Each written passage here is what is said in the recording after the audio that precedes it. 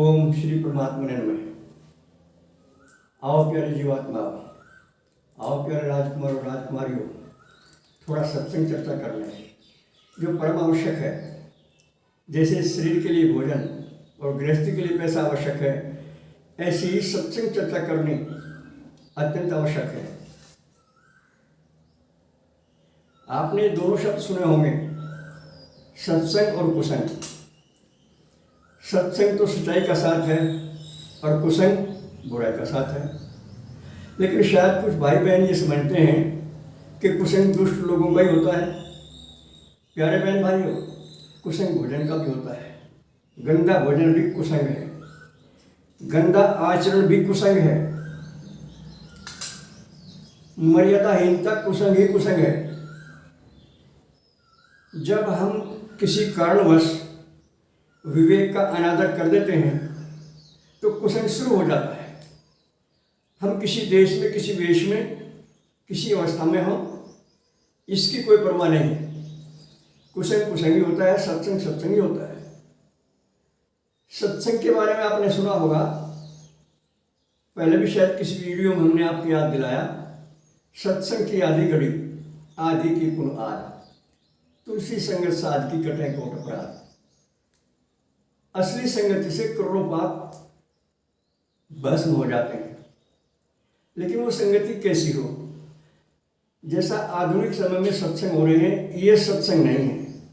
इन्हें मनोरंजन कहो या कोई और शब्द दे लो या कमाई का धंधा कर, कुछ भी कह लो आप, ये सत्संग नहीं है। असली सत्संग है हमारे आपके हृदय में। परमात्मा कभी अकेले नहीं रहते। जैसे संसार में कोई अधिकारी आवे कहीं किसी अपने क्षेत्र में, तो अकेला नहीं आता, सबॉर्डिनेट कर्मचारी उसके साथ आते हैं। तो परमात्मा कभी अकेले नहीं रहते। इस हृदय देश में भी परमात्मा की सूक्ष्म शरीरधारी ऋषि मुनिगण सदा स्तुति करते रहते हैं। पता नहीं आपको विश्वास हो या ना हो, ये सत्य है। देखने को तो हमें अपना शरीर छोटा सा लगता है, लेकिन प्यारे बहन भाइयों, ब्रह्मांड है पूरा। हर कोई सपना देखता है, सपना सारा शरीर में दिखता है। शरीर से बाहर जीवात्मा नहीं जा सकता। मन तो दौड़ धूम कर सकता है, लेकिन वो भी रहता है इसके शरीर के अंदर ही है। सपने में आप संसार जो का तुम देखते हैं, नदी नाले पहाड़ पर्वत रेल मोटर जहाज, बैठते भी हैं उनमें, पता नहीं सब कुछ ऐसे होता है जैसे जागते हुए संसार में होता है। सपने में सब कुछ ऐसा ही, वो सारा शरीर के अंदर ही है। इस पर थोड़ा सा विचार करें, अनुभव करें और इस शरीर को परमात्मा की अमानत समझकर इसका सदुपयोग करने का प्रयास करें। इसका सदुपयोग केवल विवेकवान आदमी ही कर सकता है। विवेकहीन आदमी कभी शरीर का सदुपयोग नहीं कर सकता। उससे तो इसका दुरुपयोग ही होगा। और इस मानव शरीर का जितना हम दुरुपयोग करेंगे, उतना ही आपत्तियों में फंसेंगे, उतना ही हमारे द्वारा पाप होगा, उतनी धर्म की धज्जियां उड़ाई जाएंगी। श्रेष्ठ पुरुषों का कई बार अपमान होते देखा है मैंने भी, अनगढ़ों के द्वारा, नास्तिकों के द्वारा, मायावादियों के द्वारा। श्रेष्ठ महान पुरुषों का भी अपमान होते देखा है, लेकिन वो नहीं जानते कि ये अपमान करना उन्हें भारी पड़ेगा। भगवान ने कई जगह कहा है, शास्त्रों में भी और महापुरुषों की वाणी के माध्यम से भी, भाई आप सब मेरे बच्चे हो, मुझे आप कुछ भी कह लो, मेरा नाम लो या ना लो, मेरी पूजा करो ना करो, मुझे नाम धरो, कुछ भी कह लो, आप उल्टा सीधा बोलो, मैं गिल्ला नहीं करता आपका। मैं जानता हूँ कि आप इस समय ज्ञान में हो, मैं अज्ञानियों का गिल्ला नहीं मानता। लेकिन यदि अज्ञानवश मेरे भक्तों को आप कुछ गलत कहेंगे या उनके साथ गलत करेंगे, तो वो मुझसे बर्दाश्त नहीं होता। ये मेरी प्रतिज्ञा है। इसलिए मैं सावधान करता हूँ कि जो श्रेष्ठ लोग हैं, जो विवेकवान लोग हैं, कभी उनका अनादर ना करना। अगर सेवा ना बने तो कोई बात नहीं, मगर अनादर भी ना करना, उनका मजाक भी ना करना, उनके किसी काम में बाधा भी ना पहुंचाना। कितनी अच्छी बात कही प्रभु ने ये, और सभी महापुरुष इस बात को एक मत से मानते हैं। तो इसलिए हमारा कर्तव्य है, यदि किसी कारणवश हमारा विवेक नहीं जाग रहा और हम विवेकहीन स्थिति में हैं, विवेकहीन स्थिति में आदमी पता नहीं दिन में कई बार मर्यादा तोड़ता है, कई बार धर्म की धज्जियां उड़ाता है, कई बार अपने झूठ को सच करके दिखाना चाहता है और कई बार सच्चाई को छुपाना चाहता है, लेकिन वो हमेशा फेल होता है। कितनी बड़ी पावर हो संसार के स्तर की, पशु बल में आती है। धन की पावर हो, परिवार की पावर हो, राज सत्ता की पावर हो, ये सब पशु बल है, ये आत्म बल के सामने फेल हो जाती है। तो ये बातें बहुत काम की हैं और सबके लिए काम की हैं। एक वो भजन सुना होगा आपने कैसेट में, अब तो चिप आ गए, कैसेट तो खत्म हो गए। भाई भला किसी का कर ना सको तो बुरा भी ना करना किसी का। अगर पुष्प नहीं बन सकते तो कांटे बनकर भी मत रहना, कांटे बनकर भी मत रहना। कितनी अच्छी शिक्षा है, लेकिन वो कहने वाला कौन है? अगर वो स्वयं इस बात का आचरण करता है तो उसका प्रभाव पड़ेगा।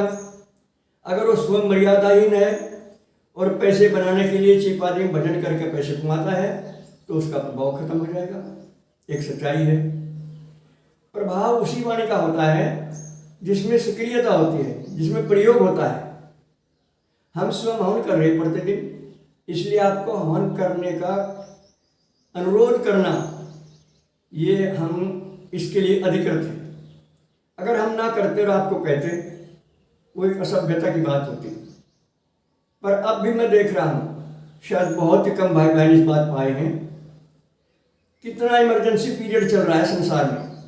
कोरोना वायरस कितना भयानकता से प्राण ले रहा है लोगों के, लेकिन हवन के प्रति आज भी हम जागरूक नहीं हैं। ये शास्त्र से प्रमाणित है। कोरोना हो या कोई और वायरस हो, हवन के सामने नहीं ठहर सकता। कई बार मैंने आपको भोपाल गैस की बात याद दिलाई, कितना भयानक प्रभाव था उसका। आज भी कितने एरिया प्रभाव है, लेकिन कुछ ही दूरी पर एक ब्राह्मण के घर में प्रतिदिन अग्निहोत्र हवन होता था।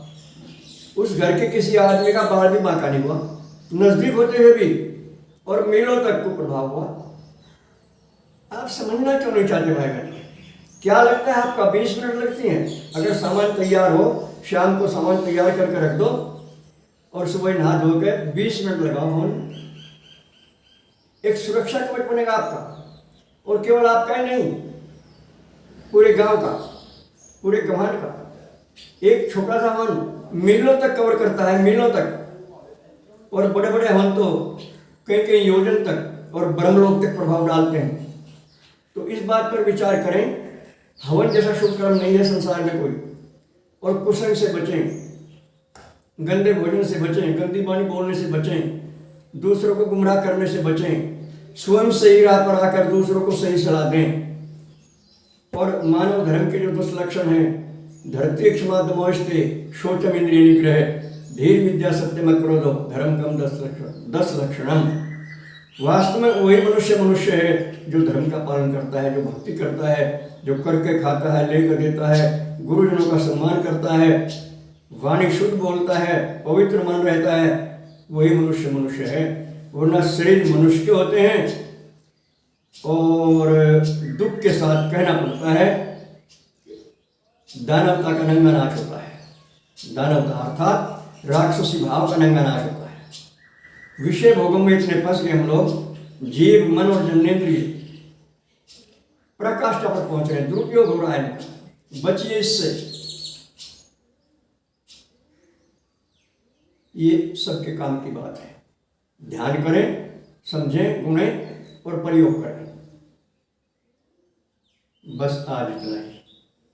सर्वे भवन्तु सुखिनः, सर्वे सन्तु निरामया, सर्वे भद्राणि पश्यन्तु, मा कश्चित् दुःखभाग् भवेत्।